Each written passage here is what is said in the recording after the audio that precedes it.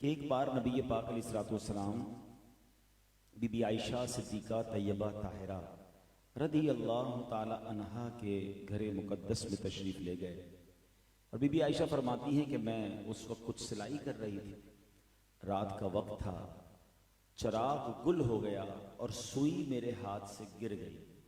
اب آج کے زمانے میں تو لائٹس ہیں، روشنی کا سامان ہے، پہلے تو یہ لائٹیں نہیں ہوتی تھی، چراغ ہوتے تھے، لوگ روشنی کا انتظام کرتے تھے۔ اب رات بھی ہو، چراغ بھی گل ہو جائے اور سوئی گر جائے تو مجھے بتائیں یہ تو کوائٹ امپاسبل ہے کہ اندھیرے میں کوئی سوئی تلاش کر سکے۔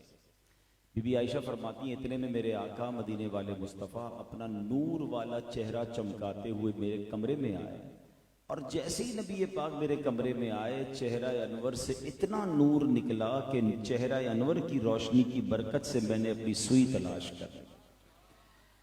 اس حدیث پاک میں جہاں ہم نبی پاک کے نورانی چہرے والے آقا کے چہرے سے نور کی جو کرنیں نکلتی ہیں وہ ہمیں پتہ چل رہا ہے کہ رب نے کیسا بنایا اپنے حبیب کو۔ مگر اس حدیث کا جو اگلا پارٹ ہے، بی بی عائشہ فرط محبت سے عرض کرتی ہیں یا رسول اللہ صلی اللہ علیہ وسلم آپ کا چہرہ کتنا نورانی ہے، آپ کتنے حسین ہیں۔ تو پیارے آقا علیہ السلام نے فرمایا ہلاکت ہے اس شخص کے لیے کہ جو قیامت کے دن میرا چہرہ نہیں دیکھ سکے گا۔ بی بی عائشہ نے حیران ہو کر پوچھا حضور وہ کون ہوگا جو قیامت کے دن آپ کا چہرہ اتنا مبارک چہرہ نہیں دیکھ سکے گا؟ تو آپ نے فرمایا بخیل ہے وہ شخص۔ بخیل عربی میں کہتے کنجوس کو۔ کہ حضور کون بخیل ہے؟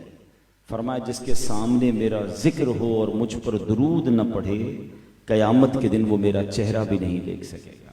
اب آپ ذرا غور کریں کہ یہ کوئی چھوٹی پرابلم نہیں ہے، بروز قیامت وہ کون سی ہستی ہوگی جس نے ہماری شفاعت کرنی ہے؟ ہم نے کن سے جا کر اپنے گناہوں کی معافی کے لیے رب کی بارگاہ میں سفارش کرانی ہے؟ وہ نبی پاک علیہ السلام۔ اب اگر جو بد نصیب دیدار ہی نہیں کر سکے گا تو پھر شفاعت کیسے حاصل کرے گا؟ تو ہمارا تو آسرا ہی پیارے آقا علیہ السلام روز قیامت ہیں۔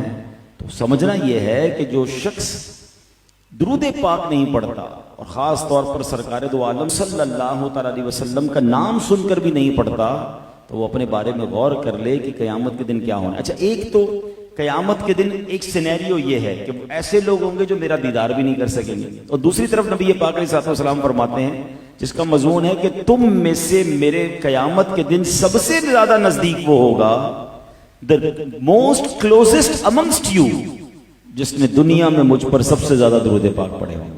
یعنی ایک طرف اپنے قریب بلا رہے ہیں، اپنے پاس آنے کا فارمولہ بتا رہے ہیں، اور ایک طرف یہ بھی بتا رہے ہیں کہ کچھ لوگ ایسے ہوں گے جو میرا دیدار بھی نہیں کر سکیں گے۔ اب میں اور آپ غور کریں میں کس کیٹیگری میں ہوں؟